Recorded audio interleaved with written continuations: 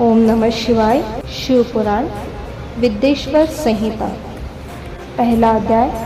पापनाशक साधनों के विषय में प्रश्न।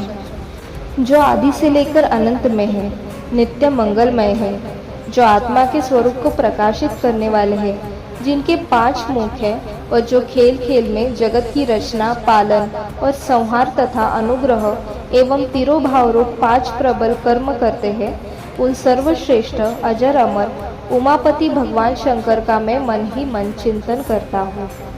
व्यास जी कहते हैं, धर्म का महान क्षेत्र जहाँ गंगा यमुना का संगम है, उस पुण्यमय प्रयाग और ब्रह्मलोक का मार्ग है, वहाँ एक बार महातेजस्वी महाभाग महात्मा मुनियों ने विशाल यज्ञ का आयोजन किया।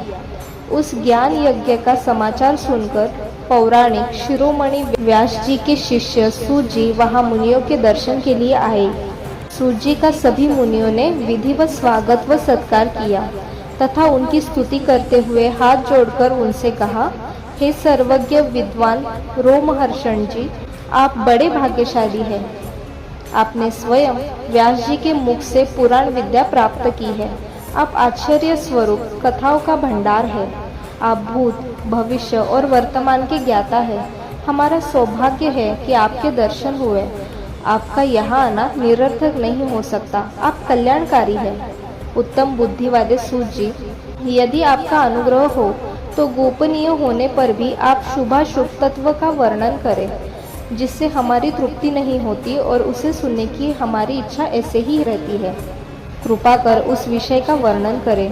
घोर कलयुग आने पर मनुष्य पुण्य कर्म से दूर होकर दुराचार में फंस जाएंगे, दूसरों की बुराई करेंगे, पराई स्त्रियों के प्रति आसक्त होंगे, हिंसा करेंगे, मूर्ख, नास्तिक और पशु बुद्धि हो जाएंगे।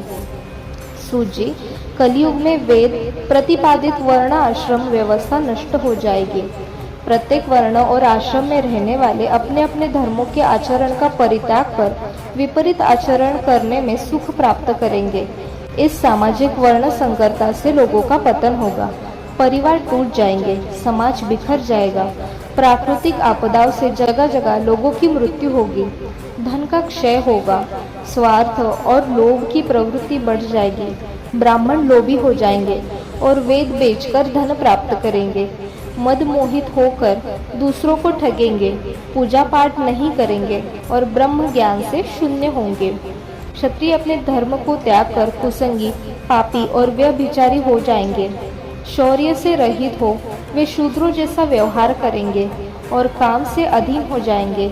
वैश्य धर्म से विमुख हो संस्कार भ्रष्ट होकर कुमार्गी, धनोपार्जन परायण होकर नाप तौल में ध्यान लगाएंगे। शूद्र अपना धर्म कर्म छोड़कर अच्छी वेशभूषा से सुशोभित हो व्यर्थ घूमेंगे। वे कुटिल और ईर्ष्यालु होकर अपने धर्म के प्रतिकूल हो जाएंगे।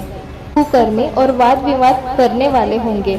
वे स्वयं को कुलीन मानकर सभी धर्मों और वर्णों में विवाह करेंगे। स्त्रियां सदाचार से विमुख हो जाएंगी। वे अपने पति का अपमान करेंगी और सास ससुर से लड़ेंगी, मलिन भोजन करेंगी। उनका शील स्वभाव बहुत बुरा होगा। सूत जी, इस तरह जिनकी बुद्धि नष्ट हो गई है और जिन्होंने अपने धर्म का त्याग कर दिया है, ऐसे लोग लोक परलोक में उत्तम गति प्राप्त कैसे करेंगे? इस चिंता में हम सभी व्याकुल हैं। परोपकार के समान कोई धर्म नहीं है। इस धर्म का पालन करने वाला दूसरों को सुखी करता हुआ स्वयं भी प्रसन्नता अनुभव करता है। यह भावना यदि निष्काम हो तो कर्ता का हृदय शुद्ध करते हुए उसे परम गति प्रदान करती है। हे महामुने, आप समस्त सिद्धांतों के ज्ञाता हैं। कृपा कर कोई ऐसा उपाय बताइए जिससे इन सब के पापों का तत्काल नाश हो जाए। व्यास जी कहते हैं, उन श्रेष्ठ मुनियों की यह बात सुनकर सूत जी मन ही मन परम श्रेष्ठ भगवान शंकर का स्मरण करके उनसे इस प्रकार बोले।